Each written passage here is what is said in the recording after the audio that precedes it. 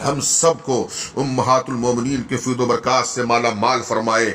اور میں آپ تک یہ میسج پہنچانا چاہوں گا کہ 10 رمضان المبارک کو یعنی پیر کے دن آپ جب افطاری کرنے بیٹھیں، جب آپ فاتحہ پڑھنے بیٹھیں تو حضرت سیدہ خدیجہ الکبریٰ رضی اللہ تبارک و تعالی عنہا کو ایصال ثواب کریں، فاتحہ خوانی کریں، دعائیں مانگے حضرت خدیجہ الکبریٰ اور جملہ امہات المومنین کے توسل سے اللہ رب العزت ان پاک بیویوں، پاک ماؤں کے صدقے میں ہماری دعاؤں کو قبول فرمائے گا۔ استغفر اللہ ربی من کل ذنب واتوب الیہ۔